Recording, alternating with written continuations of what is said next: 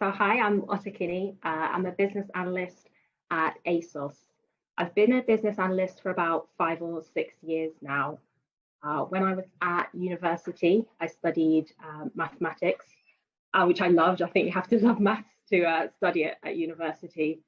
But I think while I was there, I wasn't really thinking all that much about what I wanted to do with my career. I was kind of focused on either having a good time or trying to, pass my exams. And I think what probably happened for my career journey or my time at university was that I spent a lot of my first couple of years focusing on having a good time, and then I had to spend my third year really buckling down to make sure that I got the grades that I wanted to get. So luckily I managed to do that, but yeah, it took a lot of hard work in my third year.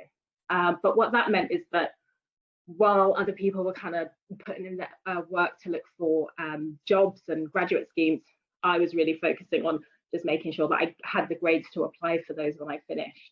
So I kind of left uni with the grades that I was happy with, but not really much of a plan. And I spent the next year or so just applying to lots of graduate schemes for a whole range of different companies, things like banking, consulting, until I finally stumbled upon technology consulting.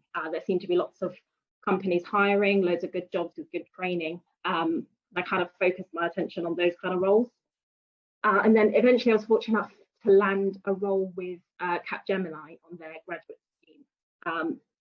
And that was great. I was really pleased to have got into kind of like a major consulting company where I knew I'd have the opportunity to learn from lots of different really experienced people. And be able to kind of learn on the job working with lots of different clients. So that was a great experience for me. They really kind of just throw you in at the deep end, and it's up to you to kind of get yourself to a point where you're like, comfortable in front of clients, and you learn from your experiences really, really quickly. So I'd say that was a really good start to my career. But the nature of consulting is that you are traveling around, you're going to lots of different places, working with different clients where they are. And after a while, I sort of got to the point where I didn't want to do that anymore. I wanted to just be in London, which is where I live, and yeah, be able to see my friends during the week. So I was really keen to transition to working in-house for an organisation as an in-house business analyst. And I saw the role at ASOS, and I love fashion. Loads of us grew up with ASOS. It's a company that's, I think, quite close to people's hearts. So I absolutely, definitely wanted to work there, and I saw that they had business analyst roles. I applied for one, I didn't get it, but didn't get back to me. And then I applied for a different one in supply chain technology, and I managed to get through and get that role there. So I've been working at ASOS now for about four years, with a career gap when I had my daughter back in 2019.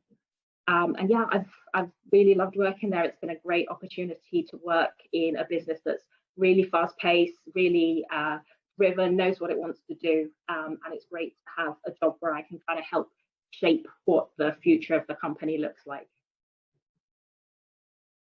So I see being a business analyst as kind of being the link between the side of the organization that's kind of the business side, the strategic side, the operational side, that are kind of the really smart people who run the business and know where the business is sort of heading to.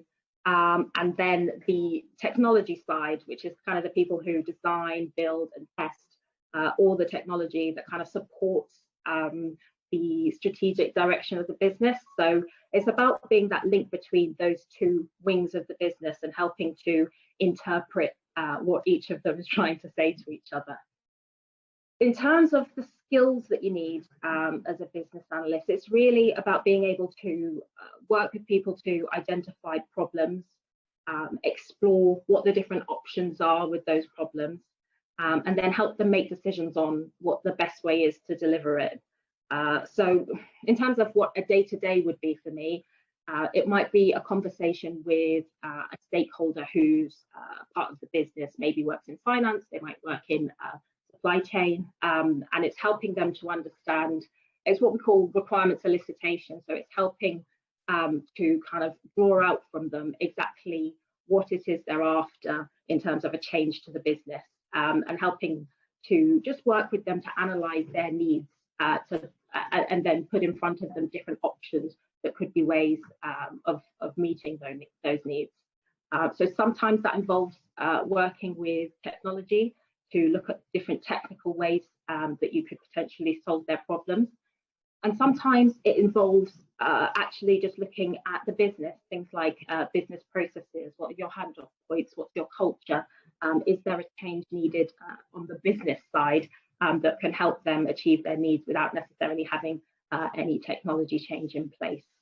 So yeah, it's those kind of conversations around requirements capture.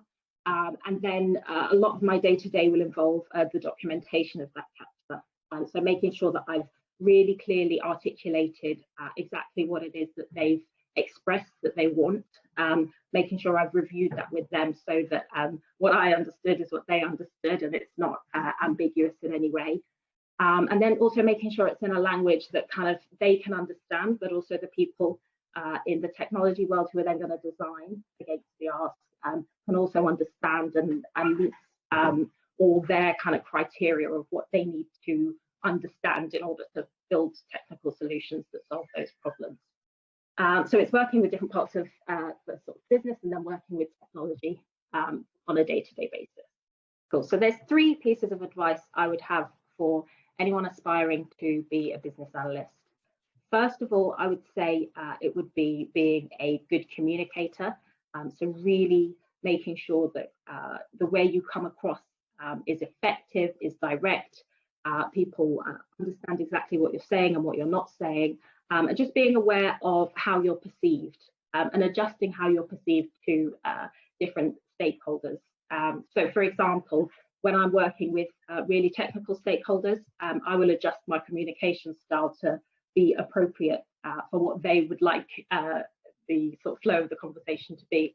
If I'm working with somebody who is, say, an operative in our warehouse, I'll adjust my communication style to be appropriate for that scenario. So really understanding your communication and how it impacts how you're perceived is, I would say, my first piece of advice for somebody wanting to be a business analyst. Secondly, I would say really think about whether you are a detail-oriented person. And if you're not, look at how you can try and develop that skill.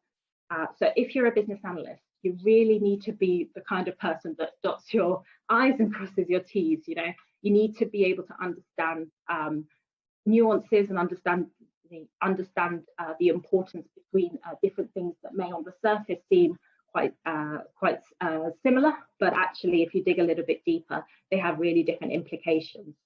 So working on being detail oriented and being able to communicate that you are that way would be another thing to develop. And then finally, I would say it would be around the sort of soft skills of being able to build rapport with people, being able to negotiate and persuade, just being, I guess it's an extension of the communication thing, but really being able to, I don't know, be an advocate of an idea and convince people that that's a direction to go down. I think that's when you're able to operate at that level, that's when you really start to add value to the business. So I would say the role of a business analyst is definitely a learn-on-the-job role. I think that business analysts are recruited from all different kinds of backgrounds, whether you've got a sort of a university qualification, a degree that's a science degree or an arts degree, or I think even if you don't have a degree, but you've got sort of relevant experience, I see all different types of people being recruited into business analysis. I think what's really useful if you're becoming a business analyst is, yes, you can do professional qualifications, and that can help with your understanding of the sort of tools and techniques to use on the job. But really, for me, what I found helped me develop is having real life project experience, having real life experience working with technical sort of development teams or architecture professionals, because those opportunities really give you a chance to learn from the people around you, but also to learn from your mistakes. You know, there's nothing quite like making a mistake and going, oh God, so that you know next time not to make that same mistake. So I would absolutely say being a business analyst is a learn on the job role. And on top of that, I would say that you don't necessarily need any technical or technology training. You definitely work with people in a sort of technology world on a day-to-day basis. But actually all the knowledge, the technical knowledge that I've learned has been on the job. And you kind of pick it up as you go. And I think there's actually a benefit to being a business analyst and not having a technical background, because what's really important about being a business analyst is that you're a link between the technical and the not technical arms of the business. And if you can take those really complex technical concepts and break them down into business language that people can understand, then actually you really start to become a useful asset to even just other people in the business who know that they can rely on you to kind of communicate in a way that they can understand, but to really kind of get to the crux of what you're trying to get at with some of these kind of complex technical ideas. So yeah, absolutely a learn on the job role. To any ethnic minorities who feel like they're struggling to get their first role, I would say definitely get help from people in your network with any applications or your CV, just more generally. I think anyone in your network who is a professional in some sense, who may have experience reviewing CVs in their kind of job, that's really valuable advice that you can get. I think sometimes when you're on the side of the applicant, it can be really difficult to know exactly what recruiters are looking for. And you may say have blind spots in things like your CV where you don't necessarily know that there are things that aren't making you shine in the way that you want to. So have somebody who can bring that experience, have a look at your applications and give you some feedback, because when you've been on that other side and you've had to review CVs, for example, it's actually really easy to see when a CV isn't kind of cutting it. And so that knowledge is so easy to pass on to people. So definitely reach out to people in your network who might be able to give you, just a bit of a helping hand with your application. And then secondly, I'd say try and view being a minority as a positive point of difference. So businesses now are waking up to the fact that having a diverse community within the organization is actually a really useful thing to have. It's good for the business. There's diversity of thought. People don't all necessarily think in the same way, and actually having people who have different perspectives can help you identify blind spots and take advantage of those and create opportunities. So yeah, go into these things thinking that this could be something that makes me stand out rather than something that's necessarily going to be something that works against me. That would be my advice. So when I started applying for my first role as a business analyst, I found the fact that I had managed to get a 2-1 in my degree was very useful, because a lot of those graduate applications, the cutoff is kind of at a 2-1 for some organizations. So it doesn't necessarily mean that people who don't get a 2-1 aren't going to be fantastic candidates. But I think organizations kind of have to find a way of reducing the number of CVs that they have to look at. And that's one of the easiest things for them to do. So I would definitely say focus, if you are at university, focus on trying to achieve that sort of level in your qualification, because it really just helps to not have doors closed at some point. But then on top of that, I would also say really just try and work on being confident and communicating well. When I first had my first role in consulting, I remember a senior colleague taking me aside one day, and he drew a graph, an x-axis, and on one end he put style, and on one end he put substance. And he said, where do you think you need to be? Where do you think is most important? And I think I pointed perhaps somewhere towards the substance end, thinking, you need to do the job well, you need to be know that you're delivering value to the client. And he sort of clicked the box that was down the TikTok kind of the style end, and he was like, look, it's all about how you come across. So much of this is about how you're perceived, and that people believe that you can do this very well. And I don't necessarily 100% agree with that, but I think there is some truth to it, in that if you can win people over with your personality and with how you come across, then a lot of the other stuff can come after that. And so, yeah, be confident. And I would advise people to, use online resources, use things like YouTube to look at tools and techniques for how you can build your confidence and communication style.